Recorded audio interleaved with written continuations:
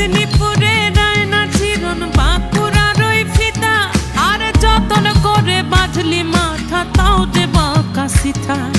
পেছ পাড়িয়া